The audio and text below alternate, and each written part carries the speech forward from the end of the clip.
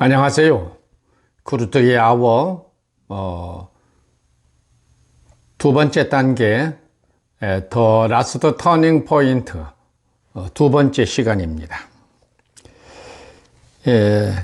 이 글은 오래전부터 필자가 써온 책들 중에서 교회와 관련된 것들을 뽑아서 따로 뽑아서 이 책을 쓴 것이고, 여기에다가 미처 언급하지 못했던 교회에 관한 내용들을 보완을 해서 쓴 책이 더 라스트 터닝 포인트입니다. 그 책 내용을 지난 시간에 했고, 첫 번째, 오늘 두 번째 이야기를 하도록 하겠습니다. 지금 우리가 심각한 것이, 지금 목회하고 있는 목사님들이 교회가 무엇인지를 모르고 지금 목회하고 있다고 하는 거예요. 이게 왜 그렇게 이런 현상이 되느냐면, 지금 목회하는 목사님들 중에는 뭐 박사님들도 많지 않습니까? 수두룩하죠. 그런데 왜 그래요? 이거는 전통을 따르기 때문에 교회의 본질에 대해서 이해를 못하는 거예요. 교회란 말은 예수님이 최초로 쓰신 거거든요. 그런데 이 교회란 간판은 걸었지만은 내용이 종교 시스템으로 꾸며져 있어요. 그러다가 보니까 교회가 무엇이냐 하고 이런 질문이 나왔을 때에 명확한 그 답을 말하지 못하게 된 것입니다. 이런 점을 깊이 좀 생각을 하셔야 됩니다. 지금 현재 목회하고 있는 것은 전통을 따라서 하기 때문에, 그래서 전통 따라서 그대로 하는 거거든요. 그러니까 교회당도 짓고 주일 성수라는 걸 해서 예배당에 모여서 예배도 드리고 또 뭐 전도도 하고 선교도 하고 이렇게 하는 거예요. 이것이 전통이라는 거예요. 그러니까 전통으로 하다가 보니까 무엇을 잃어버렸느냐면 복음의 본질이 없어져 버린 거예요. 그래서 이게 지금 21세기에 와서 우리들이 잃어버린 본질을 다시 찾아야 된다, 또 회복해야 된다, 이런 의미에서 이 책을 쓴 것이고, 이 책의 내용을 강의하고 있는 것입니다. 이게 굉장히 위험한 것이 뭐냐면, 이대로라면 복음의 본질을 이해를 못하고 목회를 하는 거니까 본질이 없는 교회당 교회를 하는 거예요. 이게 전통을 따라서. 그러다 보면 어디까지 문제가 되는 거냐면은 이것이 구원의 문제가 되는 거예요. 결과적으로. 이런 현상이 어디서부터 이게 다 드러나느냐면, 여러분이 잘 아시는 대로 유럽교회나 북미교회들의 현실이 지금 그런 것이잖아요. 우리 한국교회도 자꾸 감소된 이유가 모두 교회당 조직이라고 하는 것을 이탈하는 현상이 벌어진 이유가 본질을 잃어버리고, 교회라는 본질을 잃어버리고 전통을 따라서 하다 보니까 이런 현상이 벌어질 수밖에 없다는 겁니다. 이것을 지금 목회하시는 분들이 다시 지금부터라도 좀 이렇게 정신을 좀 차리고 이 새로운 인식을 좀 가졌으면 좋겠습니다. 이게 사실은 성경이 아니거든요, 지금 시스템이. 그러니까 성경을 놓고 다시 검토를 해야 될 필요가 있다는 거예요. 이게 지금 현재 이게 교회가 넌센스예요, 넌센스. 간판은 교회 간판을 걸어놓고, 내용은 이게 유대 율법 종교를 그대로 갖다가 이름만 바꿔서, 포장만 바꿔서 지금 이 시스템이 꾸며져 있는 거거든요. 그러니까 그걸 전통을 따라서 하다 보니까 이런 결과가 지금 와지는 것입니다. 이래서는 미래 교회가 없기 때문에, 왜냐면 한번 보세요. 유럽이나 북미 교회들을 보면 그런 현상이 우리도 그대로 오는 것, 불을 보듯이 뻔한 거잖아요. 그런 거기 때문에 이게 이제라도 이걸 검토를 해야 되는데, 그동안에는 하나님께서 저 유럽 교회나 북미 교회 사람들을 통해서 이런 것들을 조명을 안 해주신 것 같아요. 근데 하나님께서 지금 우리에게 이런 조명을 해주셔서 이런 강의도 하게 된 것입니다. 꼭 명심하세요. 예. 비근한 예로 제가 들어서 말해 보겠습니다. 여러분들이 지금 일요일마다 목사님들이 설교를 하는 것이, 예? 구별이 없어요, 이게. 예. 다시 말하면, 신약과 구약에 대한 이해가 없는 거예요. 그냥 성경이라고 해서 한 권에다가 이렇게 딱 묶어 놓았기 때문에 이것이 구별이 없어요. 그러다가 보니까 목회 현장에서는 주일 설교를 여러분들이 한번 분석을 해보세요. 1년 것을 다 빼다가 신약 성경을 놓고 설교한 것하고 구약을 배경으로 해서 설교한 것하고 어느 것이 더 비중이 큰가를 한번 분석해 보면 알 것입니다. 신약보다는 구약이 훨씬 더 많은 비중을 차지하고 있어요. 예, 이런 것들을 우리들이 이해를 해야 됩니다. 한 실예를 든다면 예수님은 요한복음 8장에서 새 계명을 너희에게 준다 이렇게 했거든요. 근데 새 계명이라는 것이 성경에 있는지도 모르는 정도로 그렇게 외면되어 온 거예요. 그렇지만 여러분 아는 대로 여러분이 보는 찬송가 뒤에 인쇄되어서 나온 것이 뭐예요? 십계명이라는 거예요. 십계명이 뭐죠? 구약의 계명이란 말이에요. 구약 계명. 그러니까 그런 것은 인쇄를 해가지고 다 찬송가에도 인쇄해가지고 그것을 보게 만들어 놨지만 새 계명에 대해서는 깊이 생각을 해온 것이 없어요. 이런 것들이 바로 지금 이렇게 혼합이 되어버렸기 때문에 아까 말씀드린 대로 유대 종교 율법 종교를 그대로 도입해서 하다 보니까 이런 결과가 된 것입니다. 지금 현재 우리는 이런 부분들을 다시 검토를 해야 됩니다. 그것이 전통이 되어 지금 교회당 교회가 있기 때문에 목회를 하면서도 이런 이해가 없어요. 이게 그냥 성경이라고 믿고 전통을 따라서만 하면 되니까 그렇게 되어 있기 때문에 지금은 이제는 검토를 해야 된다 이런 말씀입니다. 그 다음에 그러면 이것을 어떻게 해야 되느냐 하는 거예요. 무려 1600년이라고 하는 긴 세월 동안 이것이 전통이 되어 왔으니까 그것이 진리로 믿는 건데 성경을 지금 보면 대조해 보면 그 성경이 아니라는 거예요. 그래서 문제가 있는 거예요. 성경이 아니기 때문에 성경으로 되돌아와야 된다. 우리가 말은 많이 해요. 신학교가도 초대교회로 돌아가자, 성경으로 돌아가자 이런 말들을 많이 하지만 이 시스템 자체가 구약 시스템을 갖다 집어넣어 가지고 이게 아무리 우리들이 표를 외치고 우리가 그런 말을 한다고 해서 그렇게 돌아가지 않은 거예요. 그러니까 지금 중요한 핵심 포인트는 뭐냐면 이 터닝 포인트를 해야 된다고 하는 것은 이 시스템을 바꿔야 된다는 거예요. 시스템에는 뭐예요? 가장 중요한 것이 형태라는 것이죠. 이 교회당 교회 형태로는 이게 안 되는 게 이게 구약 시스템이니까 이게 안 된다 하는 거예요. 이것을 바꿔야 된다. 이렇게 지금 말하는 거예요. 더 라스트 터닝 포인트란 말이 뭔지 여러분 아시죠? 이제 21세기는 이것이 되어야 할 때가 된 거예요. 지금까지는 우리가 모르고 살아왔고 이것이 적용이 될 수가 없었지만은 지금 21세기 와서는 이게 다 여건이 되어 온 거예요. 그렇기 때문에 지금은 이 터닝 포인트를 하자는 것입니다. 그 다음에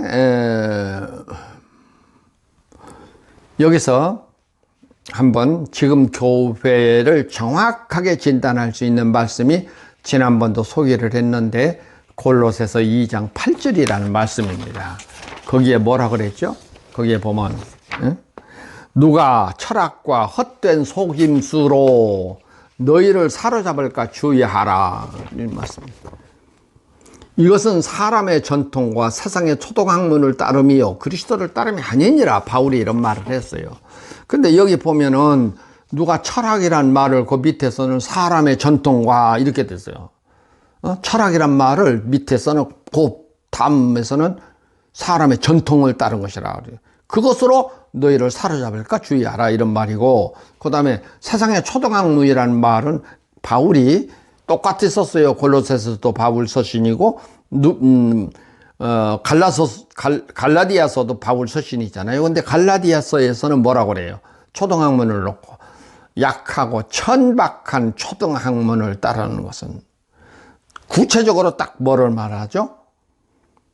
날과 달과 절기와 해를 삼가 지키니 이렇게 됐어요. 그러니까 이게 참 심각한 것이 뭐냐, 우리가 지금 뭐라고 말해요? 주일 성수를 하자 그런 거잖아요. 주일 성수라는 것을 하자는 게 뭐예요? 뭘 보고 주일 성수라고 그래요? 그날 예배당에 나와서 하나님께 예배드리자 그런 거잖아요. 근데 이게 성경적이 아니라는 거예요. 왜 그래요?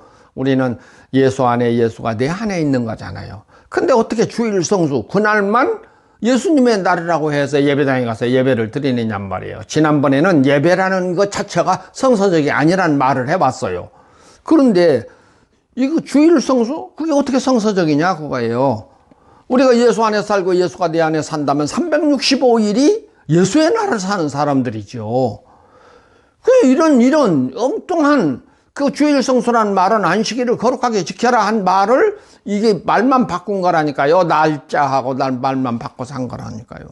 근데 그것을 성경인 것처럼 그렇게 된 거예요. 그건 누가 만들었냐면 로마 교회를 만들 때 사람들이 만든 거잖아요. 그래서 이거를 이제는 성경적으로 돌아야 된다 하는 것입니다. 이대로는 목회자 자신들만 문제가 되는 것이 아니라 목회자 밑에 신앙생활을 하는 모든 성도들에게 다 이게 문제가 되는 거기 때문에 지금은 이게 서둘러서 이걸 바꿔야 됩니다. 우리가 예수를 믿는 목적이 뭐예요? 예?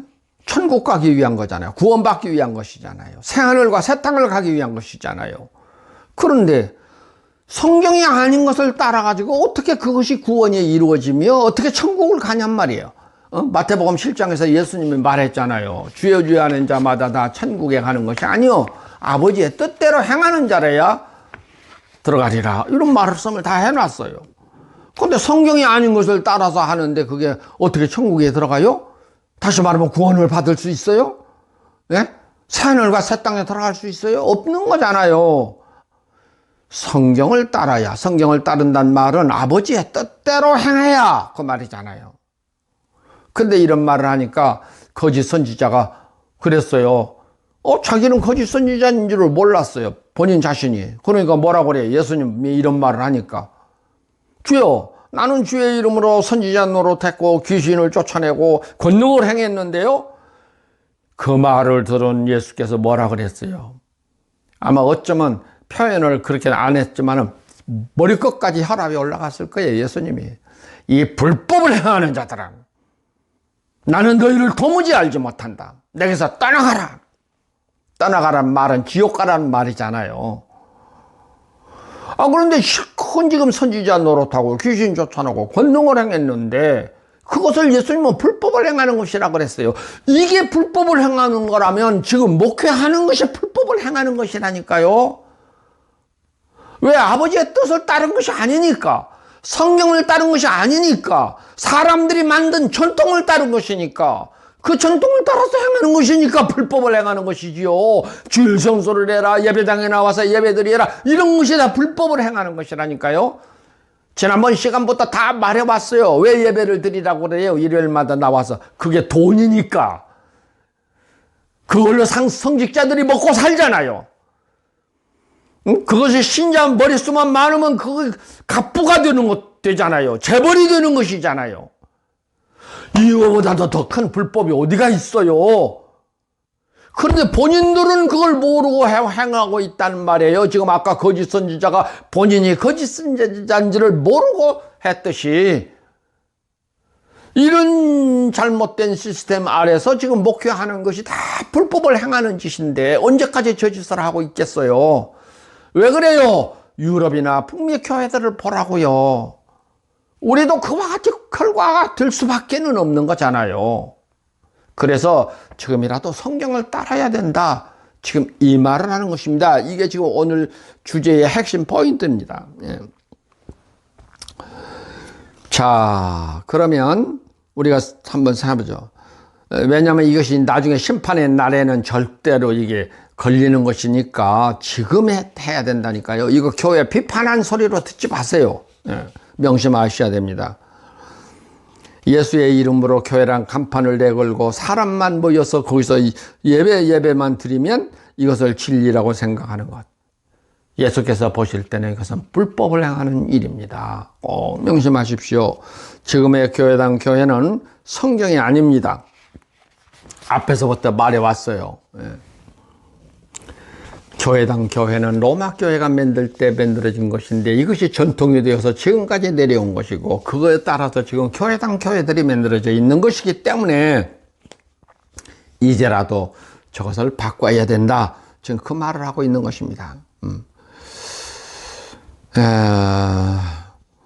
제가 이런 말을 한다고 해서 비판한 걸로 듣지 마세요. 성경을 찾아서 성경으로 돌아가야 되기 때문에 여러분을 위한 거예요. 오히려 이건 목회자들이 제일 문제가 되어 있으니까, 그리고 그 목회자 밑에서 신앙생활하는 분들이 다 문제가 되는 거니까 이것을 고쳐야 된다. 성경적으로 돌아가서 성경대로 살아야 된다. 지금 이 말을 하고 있는 것입니다. 예.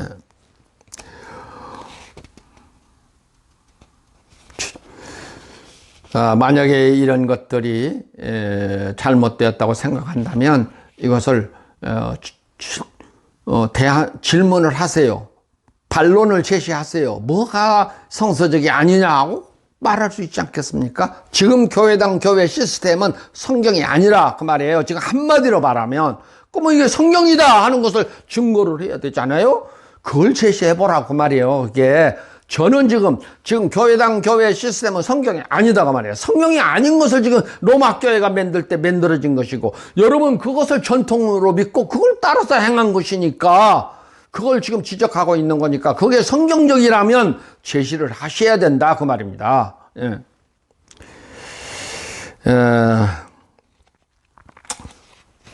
앞에서부터 많이 말해왔어요. 이거 예배 드리는 건 절대로 안 되는 거다. 예수 십자가 사건을 부인하는 것이다. 저대로 하면 우리가 예수의 몸이 될 수가 없는 것이다. 이런 말을 해봤어요.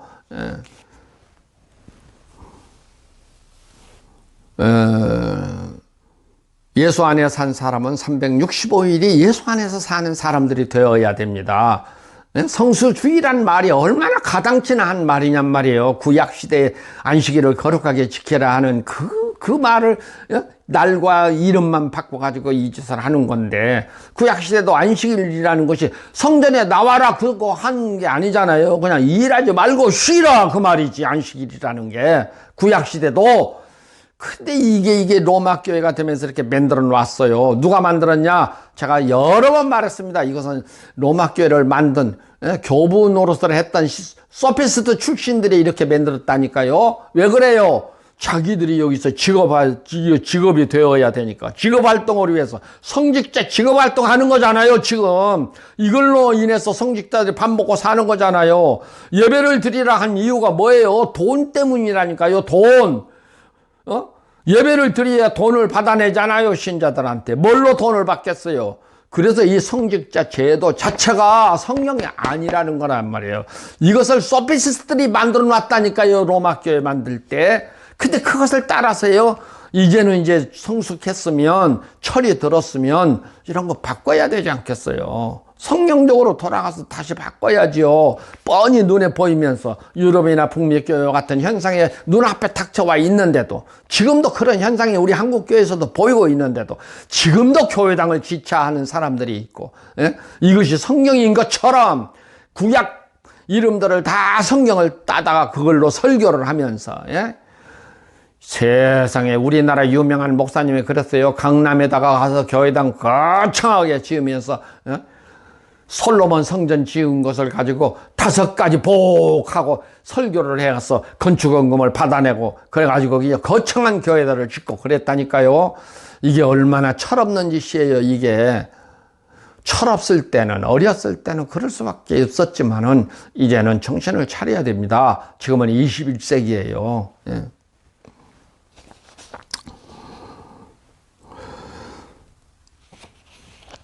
하나의 지금 시스템은 성직자들의 밥벌이 수단으로 만들어져 있는 거예요. 이것이 소피스트들이 만든 거라니까요. 이거 정신 차리고 그거 따라하지 마세요. 그거 따라하면 지옥 갈 수밖에는 없어요. 예. 그래야 이거 고쳐집니다. 예. 그러면 이런 제가 강의를 하면은 당장에 질문이 있을 거예요. 그럼 어디서 사람이 보이냐? 어디서 성경 공부를 하냐? 어떻게 그럼 그 신자들 관리를 하느냐? 이런 질문이 있을 거예요. 그래서 이것은 성경을 따르자 그거예요. 성경에 다 제시되어 있기 때문에 예수님이 다 제시했다니까요. 그러니까 복음서를 자세히 보면은요, 다 제시했어요. 그걸 우리가 안 따르고 지금 전통을 따르기 때문에 그런 것은 관심도 없이 이 불법을 행하는 짓을 행하고 있는 것이지요. 한마디로 봐서 불법이에요, 불법. 지금 교회당 교회 목회라는 것이 정신을 차리세요. 이런 문제를 이미 처음서부터 다 제시해 놓은 것을 지금이라도 성경을 찾아서 우리가 검토해야 됩니다. 오늘은 여기까지 말씀하겠는데요. 자, 주일 성수라든가 이런 지금 교회 시스템이 지금 신약과 구약이 혼동되어서 사용되고 있다는 것과 예배를 드리면 안 된다고 하는 것과 이런 말들을 쭉 해왔어요. 꼭 명심하세요. 이것은 왜 그러냐면 이게 불법이니까, 이게 성경이 아니니까. 그래서 이것을 터닝 포인트를 하자 해서 이 말씀을 드린 것입니다. 이 내용은 앞으로도 계속 이 강의를 들으시기 바랍니다. 대안이라는 것을 성경에서 다 제시하고 있기 때문에 그것을 말씀드릴 것입니다. 오늘은 여기까지만 하겠습니다. 안녕히 계시고 다음 시간에 다시 뵙겠습니다. 안녕히 계십시오.